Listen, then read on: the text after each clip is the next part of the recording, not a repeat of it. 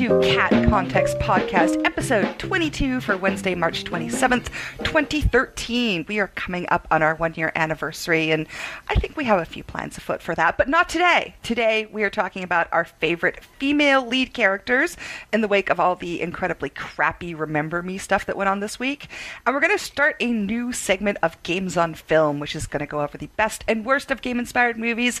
And this week, we start off with the classic that is both the best and the worst at the same time, Super Mario Brothers. But let's start by saying hey to our co-hosts, Aerolade and Alindriel.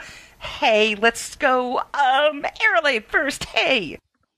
Hi. You sounded remarkably like Rocky the Flying Squirrel just then. Ah, I'll take it. It's sunny. I've had a glass of wine. I'm feeling pretty good. Really? Because it's cold and gross here again today. How is that possible? I live in Canada. It's always frozen and cold here. Yeah, we had a snow over the weekend in southern Tennessee. What? Does that interfere with all the barbecuing and things? The barbecuing actually is the entire month of May when it's 110 degrees, so that would be Fahrenheit, not Celsius. Right, thanks. Just, so you know. People aren't running through the streets with their flesh melting off. Yeah, global warming is on the way, so you know. Exactly. Ellie, is anyone running down the street burning up in California? No. Not that I know of. I hope not. I don't know. I mean, I'd probably have to call the fire department or something. I like the qualification on that. Not that I know of. Well, I mean, it's nice here and sunny too, though, so that's cool. All right, I guess we better get down and talk about games. So the big story this week, or one of the most interesting stories this week, came from the developers of Remember Me, which is a game that will be coming out on PC in a little bit. And they were talking about the struggle they had finding funding for their game. And one of the big reasons they were having trouble finding funding was because it was a female lead character, a woman, and also because in the game, the female lead character has romantic relationships with men, and there was a big pushback from major funders and major publishers saying, hey, dudes play video games, dudes don't want to watch a hot lady kiss another dude. I'm not really sure about that. And I think really it comes as no surprise, and I'm going to speak for both of you, that that's really stupid. But instead of sort of talking about how that's really stupid, I thought it might be interesting to just kind of talk about games that have had really strong female characters. And it's particularly interesting because two of the three biggest selling games last week were the new Tomb Raider with Lara Croft and StarCraft 2B with Kerrigan. So, duh, we already have women leading games and they sell well, so I don't know what the big deal is. But let's throw it over to Arrow, because I know you have actually put thought into this. Talk to me about some of your favorite lead women. Well, I can't say that I actually have, a favorite, because there really aren't that many, especially if you limit it to just, single protagonists, which means you get rid of basically all of your BioWare heroines, because you could play as either male or female. You can start early, all the way back with Metroid, with Samus Aran, and the interesting thing about that is that there's no specification as to her gender until the end of the game, when she takes her helmet off and has this, 8-bit shampoo commercial thing going on. And then you can move on from there to, I think it's Final Fantasy VI with the lead is Celis? Yeah, that lead is a woman in Final Fantasy VI, is, critically acclaimed and sold a bajillion copies. And then you've got Lara Croft, where it really depends on the game whether or not she's a good character. You can say the same thing about Metroid. Metroid Prime is spectacular, but then you've got the most recent version, Other M, which is bad. Yeah, that's infamously bad. Like it's a bad game or it's bad character? Basically, the point of Other M is that she's a weepy lady who needs your strong nerd penis to save her. I don't know how to respond to that. Let's see. Beyond Good and Evil and The Longest Journey are two others that get mentioned a lot around with female protagonists. I've never personally played those, but I hear good things about them. And of course, Chell in Portal. But that's really cool because you actually have to get the portal gun in the mirror to actually see her. right at the beginning. That's the only time there's ever any reference to her gender. Yeah, I mean, she's sort of interesting because it's a character name that you don't even necessarily know unless you're paying close attention, or maybe even outside of the game. I'm not sure that her name is ever actually mentioned in the game. I think it's written down somewhere. Yeah, I'm at least in Portal 2, I'm pretty sure it's written on one of the school projects. I kind of go back and forth on Shell, because in 2 in particular, she gets harped on a lot by GLaDOS over weight, and I feel like that's a stereotypically, attack the woman about how she looks. Yeah, that's really horrible. I don't know. That may be true. As a male person who has also had weight issues, I just thought that it was generic teasing about weight issues. Chell to me is so thin of a character that I really don't have trouble immersing myself in that game. So I just find it all directed at me personally.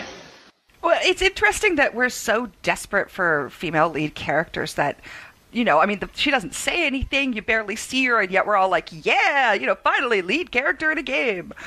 How about you, Ellie? Any women stand out in games? I mean, you're a dude. Let me ask you as a dude. When you're playing as a female lead character, I don't know if you're played a man shep or a femme shep or any sort of thing. I mean, do you find there's any sort of point where you feel alienated from the character that you play? For them being a woman? Yeah, exactly. Because that's one of the big things is, guys won't want to play women. Well, clearly the answer is no for me. My shepherd is a femme shep and wouldn't work any other way. I've actually tried the male shepherd and don't like it. I did play a male character in both Dragon Age games, but I wouldn't necessarily say that was due to anything other than that's sort of my default take on, or that's sort of what I tend to choose in role-playing games. Did your femshep have relationships with male characters in the game? In the second game and third game, yeah. So I ended up with Liara in the first game. I think we all did. Yeah, well, not everybody. I actually thought she was kind of creepy and codependent in the first game. She totally was, and I sort of ended up with her in a way that was not my primary choice. In the second game, I was with Garrus, so... Well, yeah. Duh! Why would you ever choose anyone else? Although, again, not necessarily my first choice, so... My wife basically bullied me into that one, because I was like, I'm not sure what's going to happen, and she's like, you're going to sleep with Garrus right now. Arrow, if you have the choice between a male or a female main character, what do you do? Do you generally side with playing the woman, or how do you usually go with that? It depends a lot on the game. I'm not one of those, I guess because I've been playing RPGs basically my entire life, I don't, personally identify with a character. So, if the lead's voice actor is bad, I will take the one that is not bad. Oh my god, so true. Or, sometimes the story will be better one way or the other. Usually on my first playthrough, all other things being equal, I will play a female character. I think you're probably a lot more open-minded than I am about that. I will almost always play the woman if I have an option. Watching the tropes versus women in video games, the first episode, and she talks about Super Mario 2 in North America, and I was like, yes, I always played Princess Peach. Always. She was objectively so did the I, best because one. she was by far the best, I know. You can float. How can you not be better than that? Yeah, on the Desert World, it was a huge pain in the ass, though, because she's so slow digging. I always played Toad in the desert. Yeah, totally. Yeah. You never play Luigi except for that one level where you have to climb really fast. Yes, because Luigi sucks. It's so bad. Oh, boy.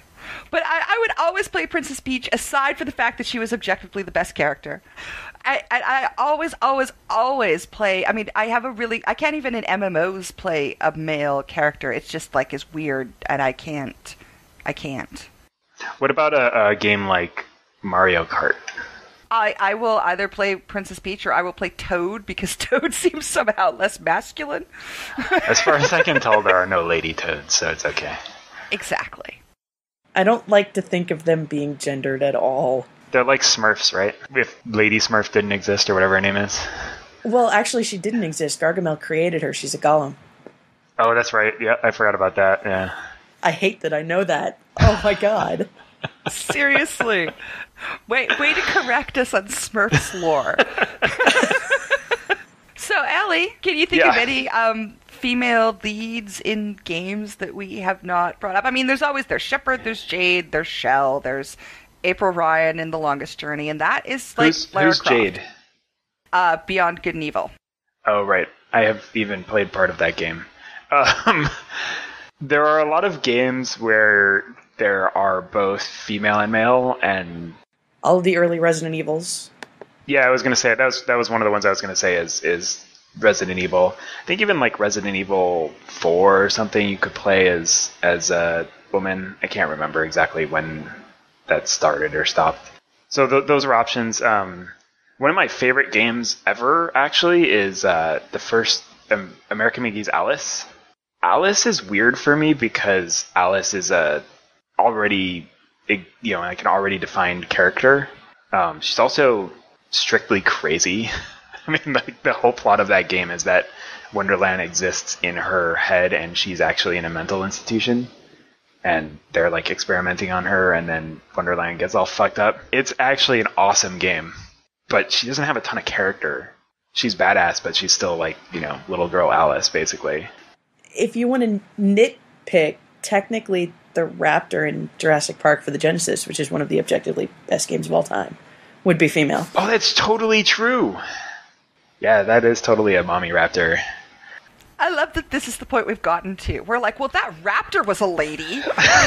Oh, the raptor's badass, though. Seriously, you should find an emulator and play this game. It's so great.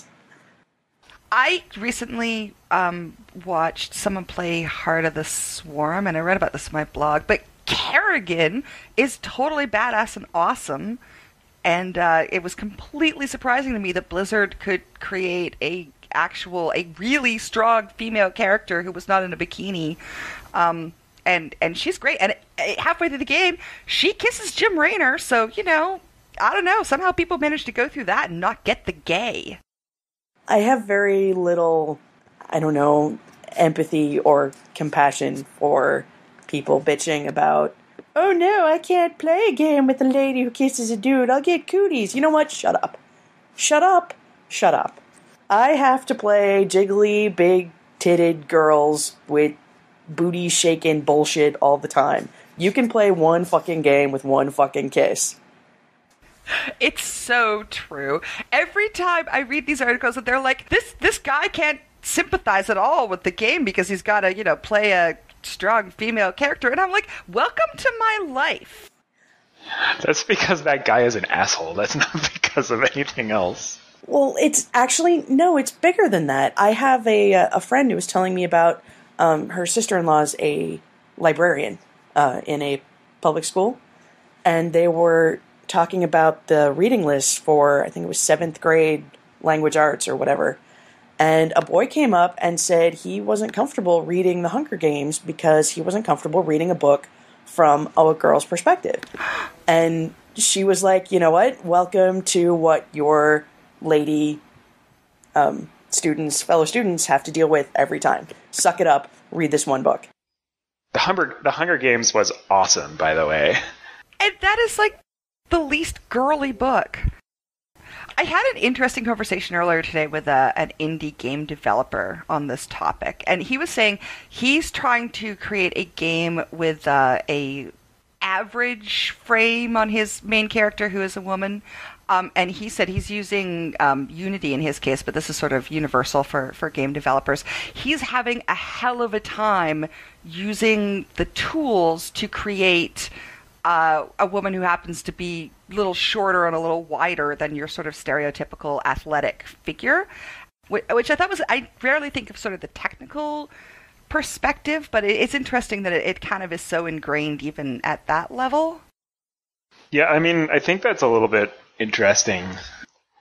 talk about how a lot of games are really shitty about their modeling of women, I guess.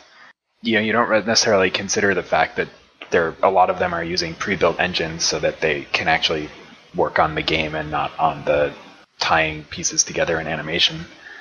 And like, that's fine, but I still don't necessarily think it excuses it. I hate to summarize like basically every podcast we've ever done, but just make frickin' good games. That's really Exactly. the point, isn't it? Whatever you think the problem is, if you make your game good, we won't care.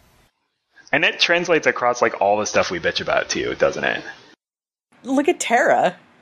I mean, it's objectively terrible to look at from a, gender balance, not grossness perspective, and yet we're all playing it because it's so fun.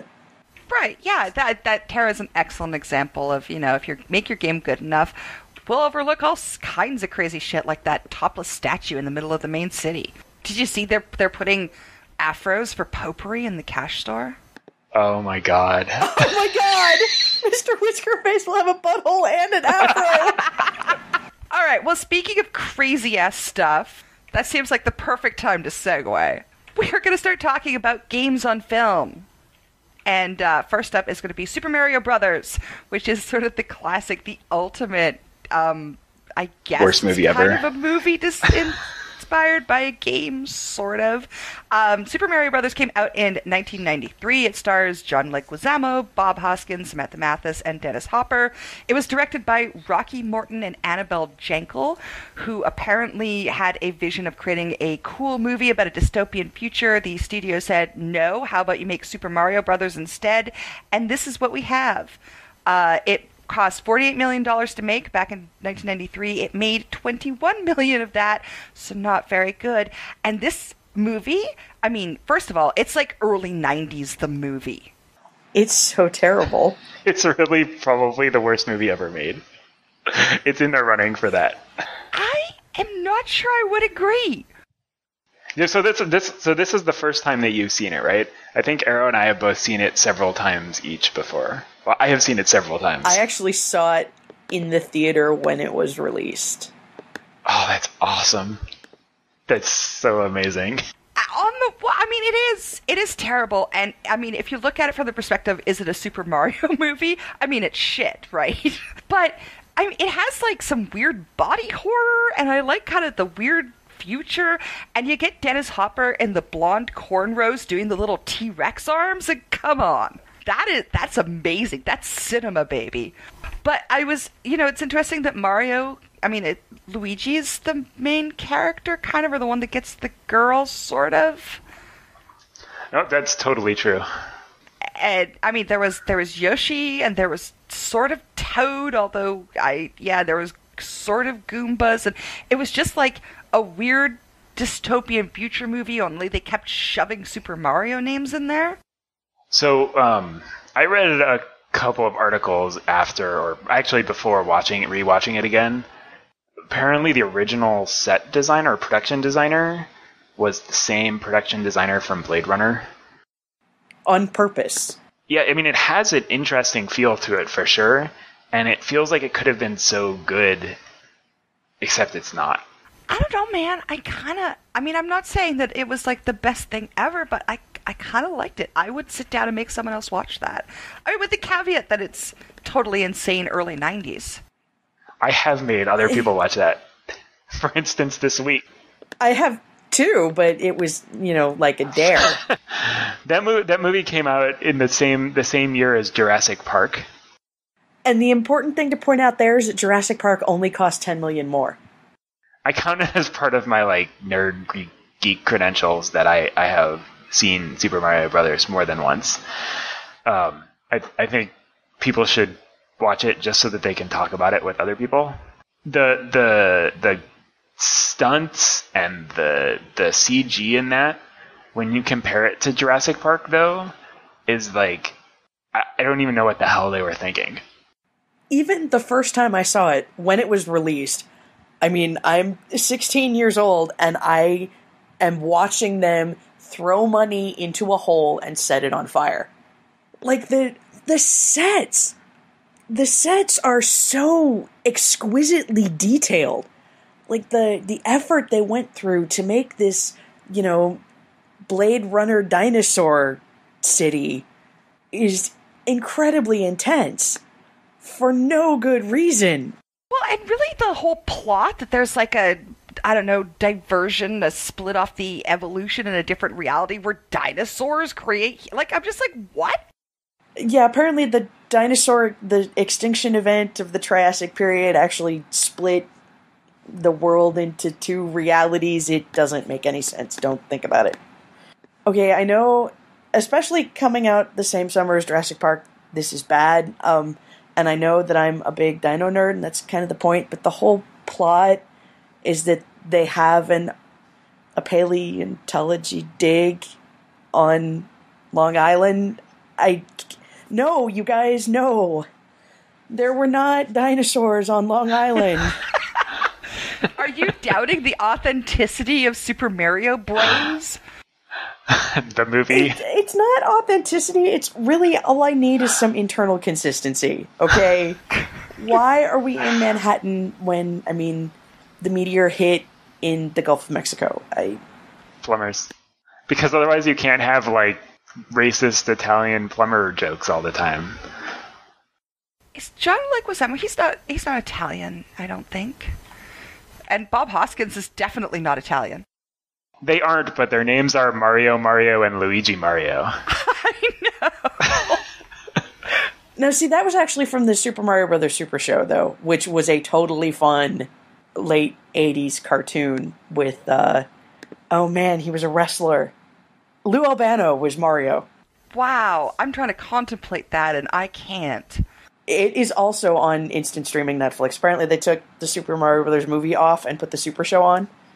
That was part of the weird part of the movie, too, was they kept, sticking slapstick in it. There would be scenes of, body horror that would make me kind of uncomfortable, turning, the dudes into the lizard Goombas and stuff. And I'm like, ugh. And then, there'd be haha, slapstick, we're bonking each other on the head. And I'm like, no, wait. Yeah, apparently they were rewriting it as they were shooting it. So Yeah. Bob Hoskins and John Leguizamo were totally drunk through the entire movie because they're like, what the fuck, we're not even going to bother. Yeah, and both Bob Hoskins and Dennis Hopper are on record as saying it's the worst thing they've ever done and their biggest regret. Oh my god, because Dennis Hopper was in Texas Chainsaw Massacre 2, so that's really saying something. And yeah, Dennis Hopper said as part of the press junket for the movie, he was like, no, I don't even bother reading the reshoots. It's not really, I'm just going to make it up as I go along. It's not going to mess up the character in any way. And that was in the press for the movie. That's amazing. Well, I was kind of skeptical about watching this movie until Ellie said that it has Dennis Hopper as an evolved Tyrannosaurus Rex, and I'm like, okay, go on. And I think, wasn't this a year after Blue Velvet? So, it was pretty close to each other, which is a pretty hysterical casting leap. It also has Fisher Stevens in it. Does it?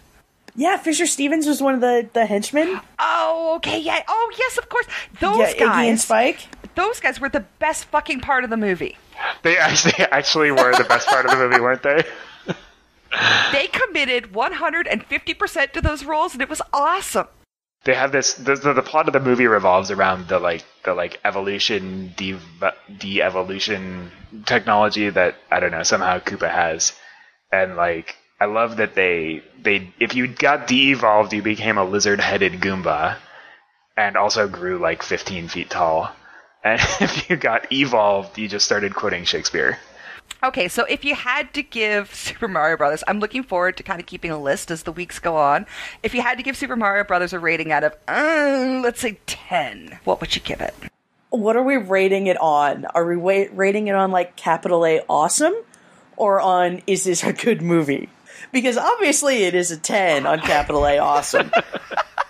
How much did you enjoy watching it? How enjoyable an experience is it to view Super Mario Brothers? Depending on your sobriety levels. That is often a good qualifier, isn't it? Yeah. Assuming an average Friday night. An average Friday night by myself, not much fun at all. because I would be sitting on the couch going, what? And I think I have in fact done that. If I'm watching it with a group of people so we can all go, what? Together, then it's awesome. Ellie, how would you... Yeah, I'm going to give myself a little bit of room to maneuver, so I'm going to give it like a 3.5, maybe. I don't know. It's not like Wing Commander bad. It's a completely different kind of bad. It's bad in the way that I can sit through it. It is not boring in any way. But it's not bad in the way where I can laugh at it constantly about how bad it is. Maybe because I'm still burned about the fact that they tried to make a Super Mario Brothers movie and totally fucked it up. How can you fuck up a Super Mario Brothers movie? That's the thing that gets me every time. How do you even make a Super Mario Brothers movie? I mean, seriously, what are you going to do, like jump down pipes for 2 hours? It doesn't even matter. All they have to do is like run around and save a princess at the end and like not have it be a cyberpunk movie. And like bright colors. Where's my bright color palette? Like, why is it dark? It shouldn't be dark. Why aren't they wearing red and green? There's so many opportunities for them to do it, and they only did it at the end because, like, the studio basically forced them to do it. And Luigi was not even a very good plumber. He wasn't a plumber. He didn't know how to do it. His best plumbing advice was, I'm gonna go find Mario. Yeah, he wanted to be, like, a hipster playwright and was stuck living with his parents. I would have to give this movie, I'm going to give it a solid, 6 out of 10. Oh my god, you're so wrong. Yeah. You haven't seen very many of these terrible movies, how many of these video game movies have you seen? I don't know. I guess I'm going to find out. Have you even seen The Wizard? The Wizard? It has Fred Savage. Oh, no. It has a power glove. Oh, a power glove. Sweet.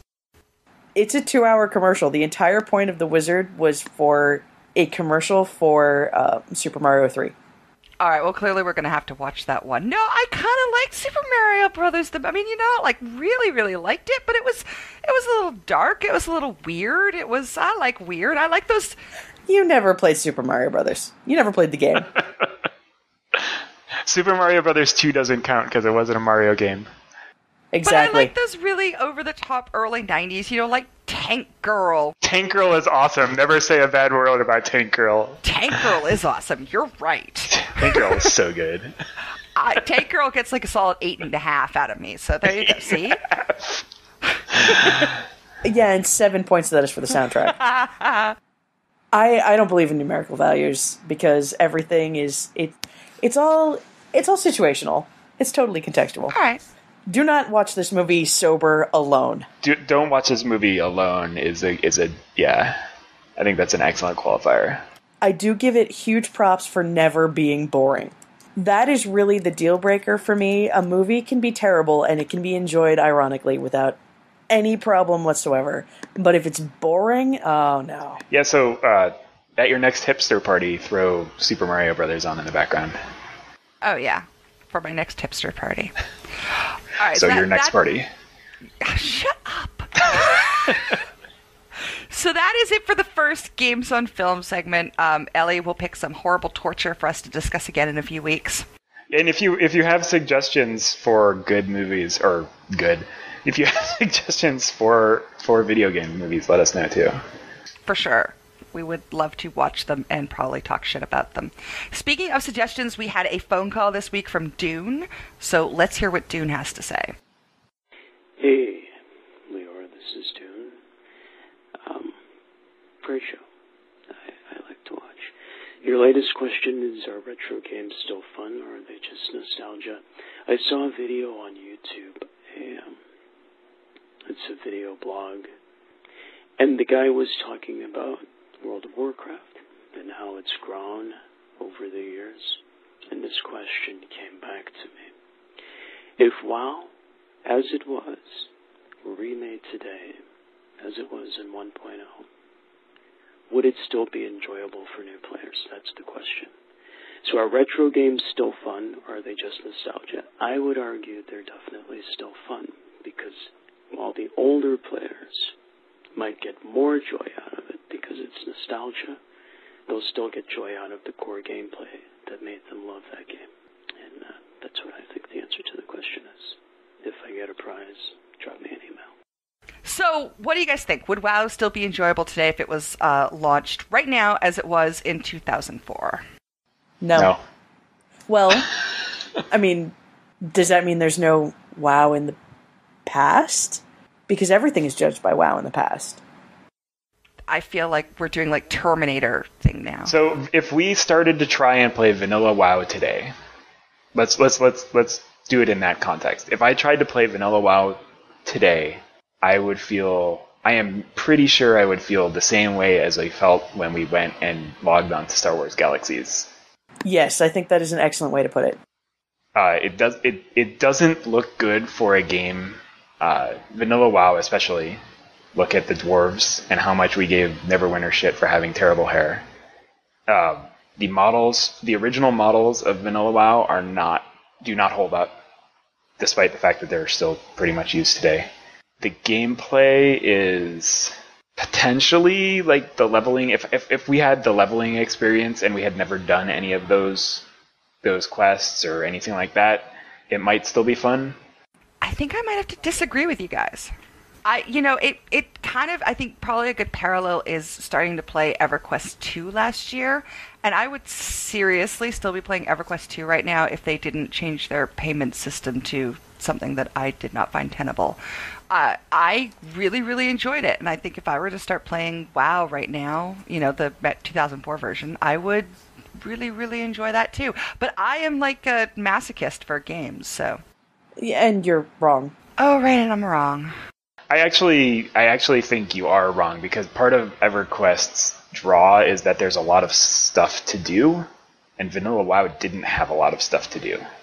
What? Vanilla WoW had tons of stuff to do. It didn't have houses. You couldn't change your clothes. No, but you could get together with friends and like walk to crossroads and smack down Horde. Yeah, Terran mill battles. Yeah. All right. Well, I hated those things, so that's fine. No, it's true. It did not have as many features as games. I mean, you compare like WoW 2004 to Guild Wars 2, and there's a buttload more to do in Guild Wars 2. I mean, that's not to say that games now are necessarily strictly better, but I don't think that WoW Vanilla... I think WoW Vanilla is viewed with so much rose-colored nostalgia glasses that it's like, I just don't think it would be recognizable to the people who think they want Vanilla WoW. I want Vanilla WoW. See, I don't want Vanilla WoW. I want Burning Crusade. Oh, yeah, no, I changed my vote to that. I want Burning Crusade.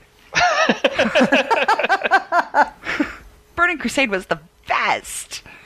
All right, well, I guess we're going to have to wrap up this episode because we can go watch more shitty movies. Oh, man, we're not going to talk about the games we were playing? Yeah, I'm playing games this week. Oh, right, I forgot about that.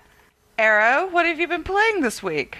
I'm so glad I set that up for you, because now I can complain about Star Wars. Oh god, you played Star Wars. Well, here's the thing.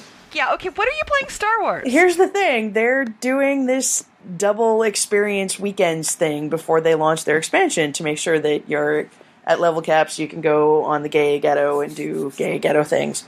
And I was like, well, my Marauder is at 46, so why don't I just finish that up on the double XP weekends? And oh my god, it was the worst life decision I have ever made. And now I am only continuing to play it. She's 49.5 because I'm not going to let those fuckers win. Is this like a repeat of the Bubble Witch encounter? Yeah, I was going to say, I feel like we could have told you how this would play out before you started down the path of playing it. I didn't think it would be that bad. I mean, it was only 4 levels and I only had a little bit of the class story left to go. And I just wanted to know how the story ended, and I didn't think it would be that bad. And that was before I knew that basically they want to punish people for not paying a subscription fee. And I guess that's fine, but usually you punish people for not paying a subscription fee by not letting them play the game, not by telling them, sure, you can totally play the game without a subscription fee, and then beating them in the face with a stick. Right, because you can't pick up items, like quest rewards, right? You can, if they are of a certain type. The worst thing is you get 5 med probes per character. And I thought it was weekly, like everything else. No. You get 5 choices to res without having to fight through respawn 20 minutes to get back to where you were. That is the... If it weren't for that, I would just bitch a lot and probably struggle through it. But that was the straw that broke the camel's back, that proved to me that I wouldn't even subscribe again to get it done because I don't want these assholes to win. All right, Ellie, what have you been playing lately?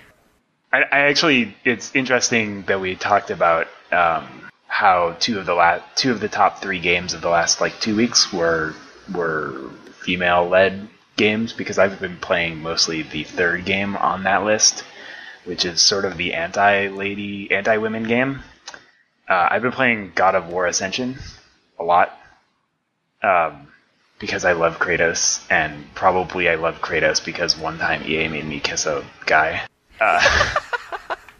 Wow. No, I happen to love the God of War games. I think they're the best series of that beater style game. They're really fun to play, and Kratos is awesome, so I play them.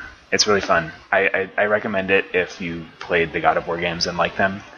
It's not as good as the others in the series, I think, from a story perspective, but it's still a fun run around and beat crap up game. I also have played Super Hexagon on my phone. And did you have a seizure? No, but I actually beat the first level. Hooray! The first time I played it, I lived for 3 seconds. And now I can go for over a minute on the first level semi-consistently. So it's fun. It's kind of addictive. It's super addictive. The only thing I wish I could do is turn off the music so that I could listen to my music while playing that game. It is actually a twitchy game that works really well on a phone. So it was like $2. I recommend picking it up. Well, all I've been playing this week is Terra, in which I've mostly just played the auction house. I managed to make enough gold to buy my elf a pair of hipster glasses, so I'm happy. How much did you spend for the hipster glasses? $2,200. Which, given that they're I think $6 in the cash store is fine. And I have a little system where I make that in about a week, so whatever. And the other game I've been playing is Wings of Liberty, the StarCraft 2A, because I watched Heart of the Swarm, someone else play it, and it looked awesome, so I figured I should play Wings of Liberty. And StarCraft is really cool. I've never actually seriously played StarCraft before, and I really like the system they have of kind of blending the gameplay and the story in at the same time. So you're moving your pieces around, but also characters are talking and plots happening. And I don't know. I have never really appreciated the StarCraft series before, and I think I do now. Oh, I found this sweet image of tons of worthwhile DOS games. It's called. So we should link that on the site. Okay, we can do that. All right, well, check out the page at leorblog.com. Click on podcast in the main menu, or go to leorblog.com/catcontextpodcast, all one word. We will put a link to a list of a bunch of DOS games that we don't know if they're any good or not. Yep. You can also call us at 347-565-4673. And thanks again to Dune of TR Red Skies for leaving us the message this week. The phone number, once again, is 347-56-LEOR. You can email us podcast@leorblog.com or tweet us at Leors, LIORES.com. Wait, not .com. Forget the .com. I don't know, man. I have to go. Hang on, I gotta go register a Twitter account. You can find Aerolade. She's at Aerolade. It's true. I'm very easy to find. You might be able to find Ellie somewhere. I don't know. We're working on that. I exist. Uh-huh. Do you want other people to know you exist? I don't exist with Alindriel, nor do I tweet, so it's kind of useless. All right. So don't follow him, but do come back in 2 weeks, in which we'll have more stuff to talk about. Thanks for listening. And another shitty movie. Because those are awesome. Arrow and Ellie, thank you so much for coming on. Anytime. Yeah. And that's it. Good night, folks.